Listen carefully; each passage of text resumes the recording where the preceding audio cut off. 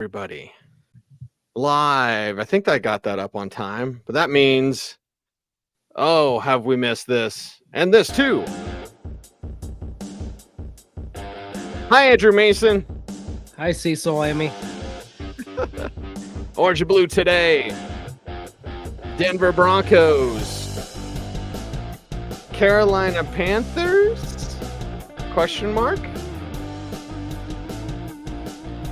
Well, what's the question mark about? I mean, they're the Carolina Panthers no matter what, right? I mean, yeah, they are. But what are the Carolina Panthers? And how the Broncos can take their attention to the little details about this potential victory coming up this week at home, week 8 of the National Football League. And Mace, we were in that locker room today, and for anyone suggesting that this would be a trap game, yeah, I didn't pick up that sense. These guys are riding high over their victory over the Saints. no, they're not. It starts from the coach. You had Sean Payton mention that he talked to his players after practice in terms of focusing on the preparation, focusing on the plan and the study. As Sean Payton said, he's been in this type of game 15, 16, 17 times over the years.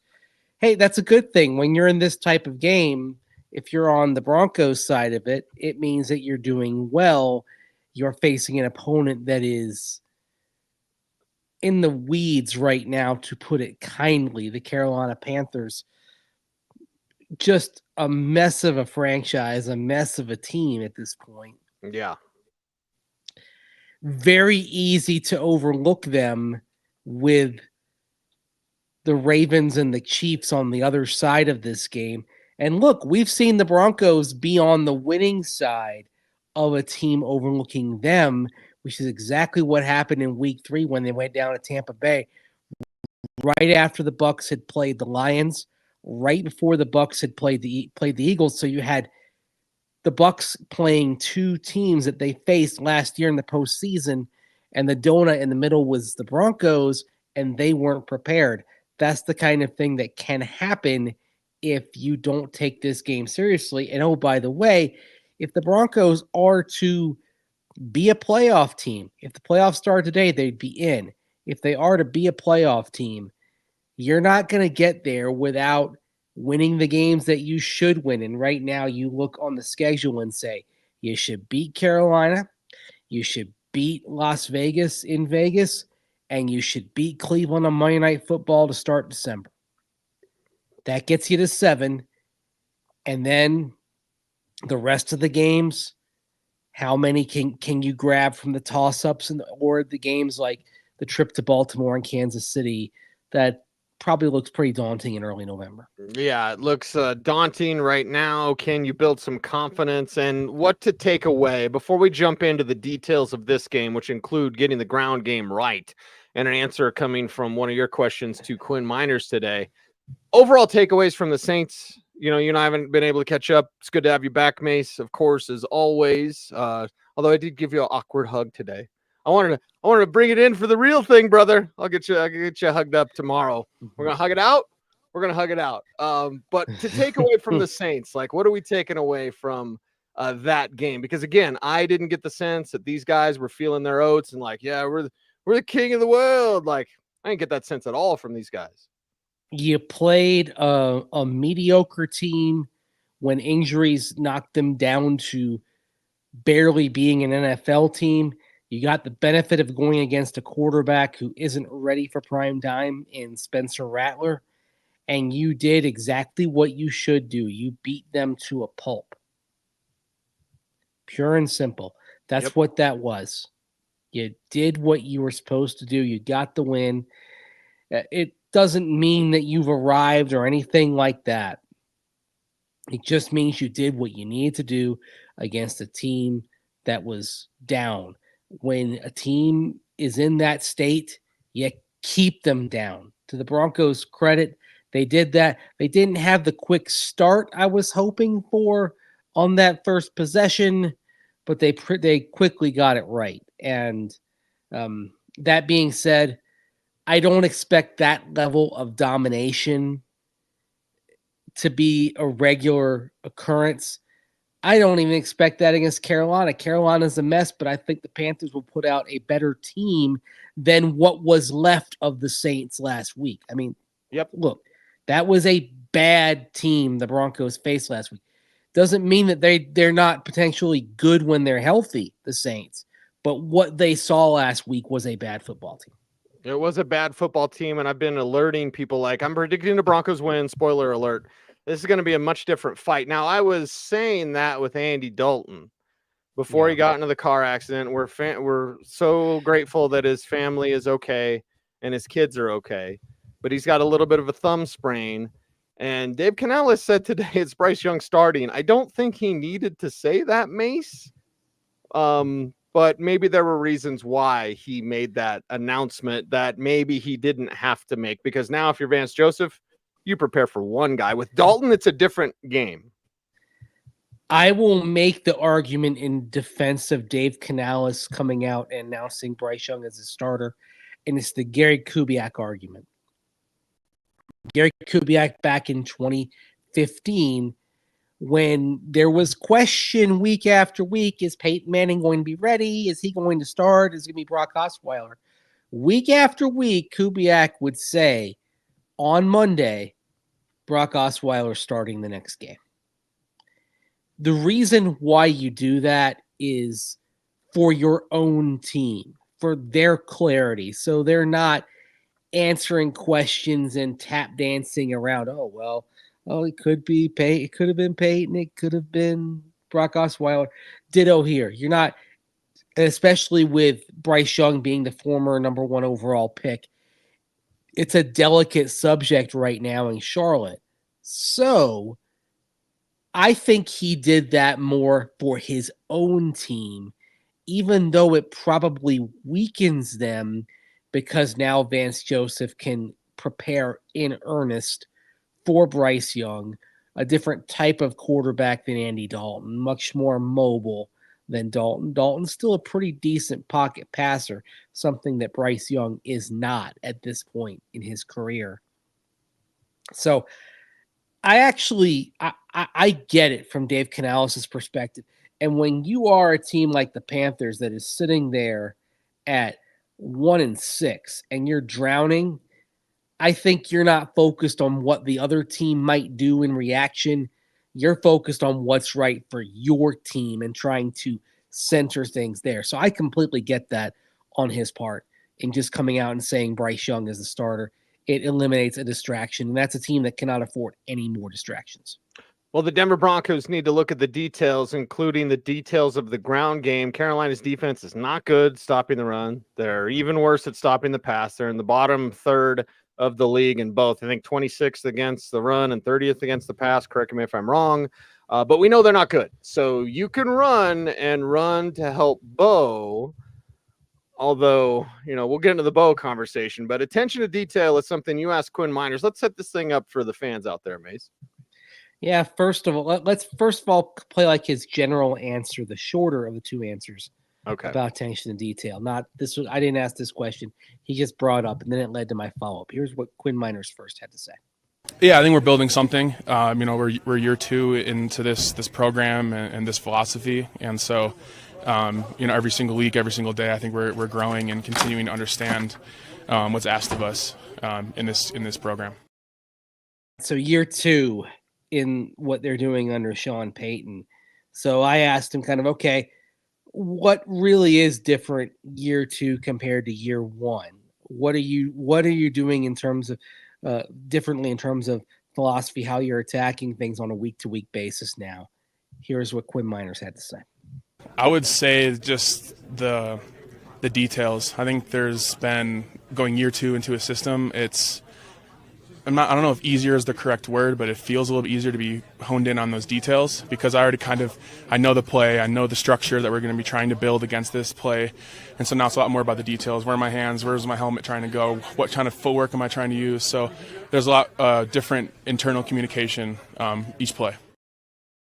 Interesting. He basically implying that last year you're trying to learn the offense, you're trying to learn what you're doing, and you're focused on the structure of things and trying to understand that.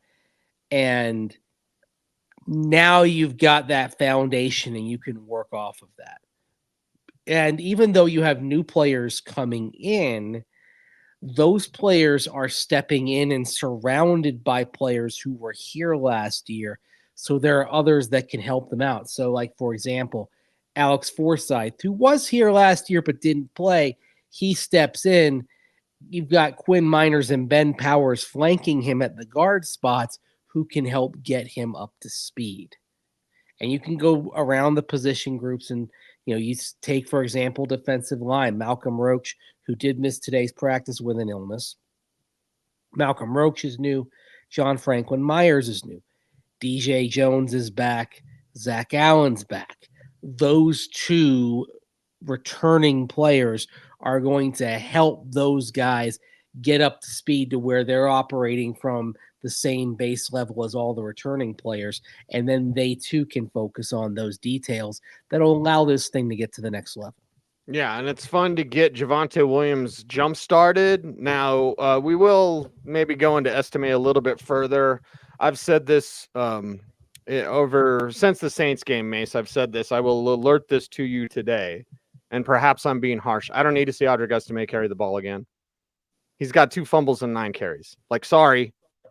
That's the way I feel, and he's carrying around the ball today. Like, the ground game to me needs to be Javonte, maybe Blake Watson, and then Jalil's role, I think, stays the same. But I like it, Javonte going. I think it settles down this team, settles down Bo. And as far as Estime, I know fans like him. He's exciting. He's powerful. He's a good guy to talk to. I don't need to see him carry the ball. Sorry, 2 fumbles and 9 carries. That's not great. Well, he's basically, with that, he may have taken himself out of the possibility of being used in high leverage situations.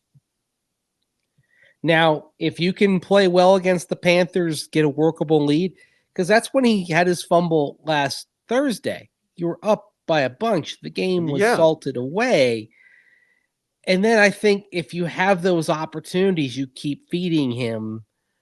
But I do get what you're saying there. You've got the fumbles, and don't forget, at some point you're hoping to get Tyler Bidet back. And actually, I think that'll be really interesting. Oh yeah, if and when Bidet comes back from the back injury, and where does he fit in? Because is Javonte RB1 as he has become the last few weeks? Is he clearly RB1 if Bidet had not gotten injured?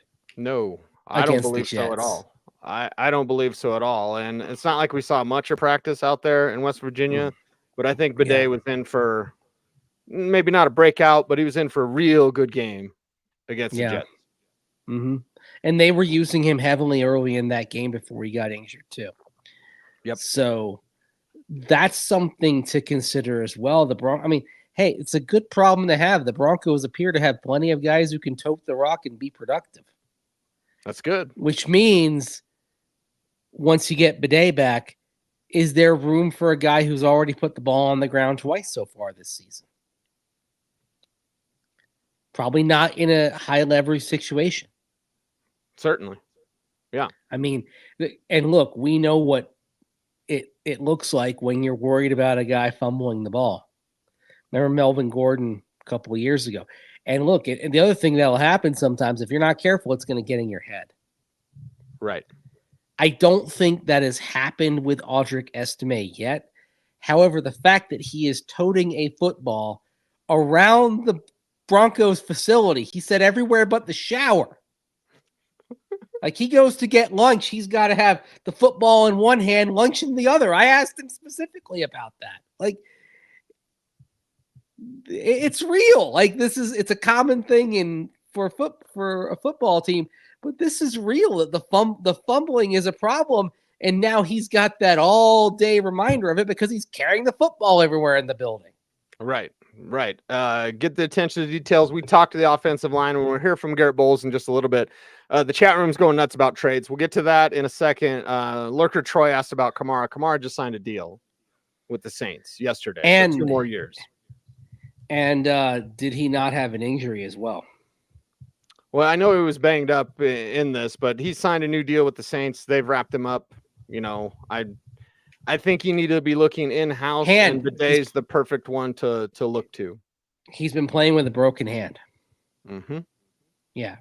Running back, I think you're sticking with the in-house options. And, and also, I mean, in general, in terms of your team construction, I'm not someone who says pay a running back and heavily. And so I don't think Kamara would have signed that deal and the Saints would have agreed to it if they didn't have plans to try to find a way to make it work. Of course, this is a Saints team that's $81.5 million over the projected cap for next year already. So never say never, but I just don't think that's it right now. If there's a trade, it's a tight end.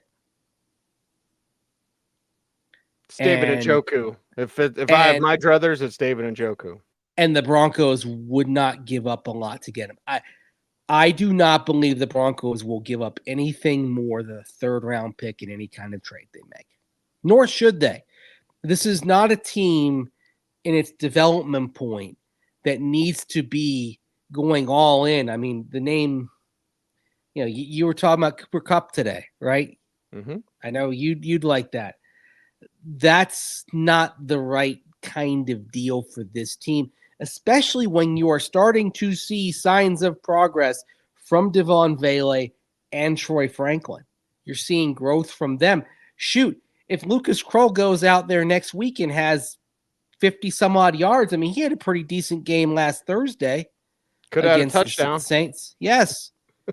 If Kroll goes out there, has another few catches against the Panthers, and then does the same thing against the Ravens, you might have solved the problem.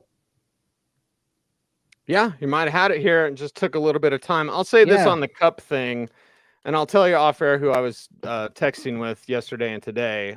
They're considering maybe not even playing him tomorrow because they play Thursday against the Vikings. Puka Nacua is going to be back, but perhaps not Thursday. It's probably week 9 when Nacua returns. And I would say this, they want a second. They're not going to get a second. But if you got Cooper Kupp for a fourth, brother, if I could tell you you'd get Cooper Kupp essentially for a compensatory pick or a fourth, when the Broncos being good enough, it'd be towards the middle or the end of the fourth. I think you'd say yes. No, he's because under contract for 2 more years. He's missed 17 of the last 40 regular season games. He fails the best ability is availability test for me. And again, I don't want this team giving up too much draft capital chasing something that is an unlikelihood. In the 4th round next year, would you get a Cooper Kupp? It depends what position. Well, what position are you talking about? As a wide receiver. And trust me, I haven't even gone into the class. But I would say this. You're not okay. I would take the guarantee of Cooper Kupp with injuries because his price tag's like $15 million. That's not much for a wide receiver. I would prefer to use that position. You've got some receivers you're developing. I would prefer to use that spot to try to find an inside linebacker who could be a plus player for you. Especially, I mean, you'll get Alex Singleton back. We're going to hear from Quan Alexander later on this week. We talked to him today. But we'll hear from him on this show later on this week. But I'm still looking at a roster that needs some pieces in a lot of spots, and giving away a 4th round pick for a wide receiver who's struggled mightily to stay healthy the last 3 seasons doesn't seem like the wisest play. You must have read our buddy Chad Ryder's latest draft projection for the Broncos. Yeah. First need, offensive tackle. Second need, inside linebacker. Yeah. And I think someone like Quan Alexander can help you fill the gap. And, sure. Cody Barton had a very dynamic game last week.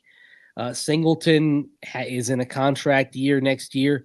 But, what we see sometimes from that position, I think it's being helped by Vance Joseph's scheme, which is a little more attack-oriented, see ball, get ball. Yeah. But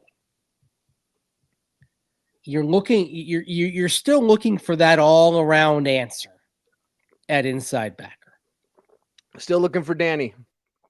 Yeah. It's not chasing Amy, baby. It's chasing Danny. Chasing Danny. Danny T. Danny Trevathan. Don't Hasn't forget been him. a guy like him. Mm-mm. We haven't. Nope. She's chasing Amy. You got to chew your fingernails when you tell that story. She's chasing Amy. Ever since then, so to speak. been chasing Amy. Look at these I morose like blankety blankers right here. That's right. I like it. Yeah, Garrett Bolles talked about getting it right. Here's what the GB zone had to say today. We had to lock in. Thursday night you can get distracted. You have a short week. You don't want to get your studies done. But one of my mentors always told me, the best people in the league always prepare the way they need to prepare, no matter what time you play. And I've always stuck with that. And I think that was a big thing for my game. And I know there's a lot of other guys that think the same. But we're a team, and I think this team is special because we have a bunch of guys that just want to go out there and win, and do their assignments and do it well. I think all 3 phases of the game we played well, and so we just got to trust our scheme, and that's what we did, and we got a big win. They all want to win, but I think the thing that we're seeing from this team is that you've got a lot of guys that are willing to put in the work to win. Everybody wants to win, right? Do you want to put in the extra hours, sacrifice? Do you want to have those extra meetings? The great example was back in the no-fly zone days when all of those dudes would come in early in the morning to watch film, earlier than they had to. They were there before the crack of dawn. They're breaking down tape. Do you have a team that's willing to do that? What the Broncos have is a roster of guys that are all willing to go that extra mile, to study a little bit more, prepare a little bit more. I mean, today's practice went forever. Yeah. Basically we know how long practice goes because we're waiting to get in and do the press conferences and talk to players and all that. And man, I mean, that the reason why we're doing this show at 5:30 is because practice went long. Usually so on they practice days it's 4:30. Yeah, they get back from the mini bye, and Sean Payton has them foot on the accelerator today. Good. And I think you're going to see that this week, a little bit of maybe just pushing them a little bit more than you would another time. You're coming off a win. You're playing a team that you should beat, but this is an opportune time to remind all of your players that what you are isn't good enough just yet. It's the old Bill Parcells thing. Bill Parcells would be harder often after a win than after a loss when he sensed players are starting to feel good about themselves. Hey, I think the Broncos are feeling pretty good about themselves heading into the Charger game, and they got a cold ice water bucket of reality doused upon them in the first 4 minutes of that game. So I think that's a healthy thing. And then you get the result. You get the result that you want on Sunday. Then you don't have to go hard next week heading into Baltimore because you know what? That's going to take care of itself. There's no reminder necessary when you're about to go into Baltimore, when you're about to go into Kansas City. The reminder is maybe a little bit necessary when you're going to play the Carolina Panthers. Yep. And we got to look ahead because our handy-dandy schedule, Mace. We said November was going to be rough. Now, entering the Baltimore game, you had them at 5-3. I had them at 6-2. Okay. After the Baltimore game and the Kansas City game, you had them at 5-5. And that's okay. If that's where you are, that's okay. I mean, the goal, I think, in those games, your goal is to win, but I think you can take some real meaningful steps in those games even if you don't get the dub going out there. What's going to make this team potentially a playoff team, first of all, starts with winning the games that you should win. Right now, you'd say Carolina, at Las Vegas, Cleveland on Monday Night Football to start December. Although we'll see what kind of impact Jameis Winston has on them now that he's going to step in for the injured Deshaun Watson. And Nick Chubb will be about, 6 weeks back by that time? Yes. So that's one that could feel a little bit different. But at minimum, you say, okay, Las Vegas, Carolina, dubs. Gets you to 6. Cleveland can get you to 7. But maybe Cleveland ends up being a game that we throw in with Indianapolis at home, at the Chargers, at Cincinnati, Atlanta at home. 4 games right there that could go either way. And then the other thing maybe you hope for, and this is where if Kansas City wins, great. And actually, this is maybe something that Broncos country should root for looking over the horizon, is Kansas City being in a position by week 18, having everything clinched and playing backups because they have a number 1 seed clinched. That would be great news for the Broncos, because then that would become a game that you could put in Sharpie, or you ought, maybe not in Sharpie, but you ought to be able to count to say, we should win that game. And now you start seeing it. So in other words, you start seeing a path to 10 wins here, Cease. 10 will make you a playoff team. Oh, yeah. Yeah, it's there. It's there. We'll see if the Broncos can do just that. And they've had the fortune of the Derek Carr injury, where you're facing Spencer Rattler. They've had the fortune of the Andy Dalton car accident. Not to say that's fortunate, but like there's some things that are set up along the way where it's like, okay, you can win this one even more than you could. You can win this one even more than you could. So maybe that happens with KC late. But either way, you're going to be on that graphic that says in the playoff hunt. I think all Broncos fans would take that. And Mike Kliss wrote about it, Mace, and we totally agree. You can't tell them it's next year. You can't tell the guys in the locker room, hey, it's next year. Hey, it's great this year, guys, whatever. But it's next year when you're going to hit. No. They don't believe that. They don't believe that, but that doesn't mean that as a general manager, George Payton doesn't step in and say, let's not do things willy-nilly here. Do we look to help the team if possible, if needed? Yes. But don't give up too much. Don't make an audacious deal. I mean, and honestly, like with Alvin Kamara, that felt to me like a luxury item. Okay. Yeah, he's a unique joker type of running back. But running back is a position, as we're seeing, Cease, the Broncos don't lack for assets. No. Now, tight end, Njoku, that's a different discussion. But it's not a discussion you need to have today. Maybe you lay the groundwork next week, but I think I think the Broncos may well do this. Let the next couple of games play out with what they have at tight end before they decide whether to make a move. And even then, there's a price point you don't go over. To me, it's you do not go past 4th round pick. Nothing on day 1 or day 2. Period. That capital's off the table. This is still a roster in need of a lot of holes and a lot of assets, and in need of those draft assets to fill them, because you're not in terrible dead money shape next year, but you do have a $32 million hole in the cap. One more year to navigate here with Russell Wilson on that deal. And then it's on. So what will the Broncos do? Well, beat down Carolina and then focus on that Baltimore game. And you're not overlooking Carolina this week. They are not. No. Hey, you just got TCB, man. Take care of business.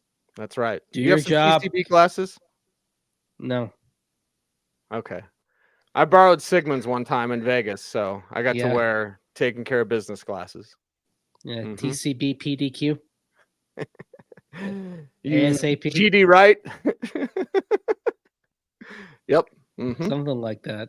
That's what we do. It's good to see your smiling face, Mace. We done for today. We're wrapping the show, wrapping up here. I think so. I'll send you a graphic later. Yes. Got to get on that. That's for sure. All right. Back to routine, back to work. It's nice to be back doing this again. Yes. Always good to have you here with us and you, the audience out there. But Mace, before we're out of here, we need their help. How do they do that on YouTube? Like, comment, share, subscribe, hit that notification bell. so that you Never miss a vid. vid. That's right. He's Andrew Mason. Follow him on all the socials at Mace Denver. I'm at Cecil Lammey saying OBT's BFD. Thanks for watching. Stay tuned and stay frosty.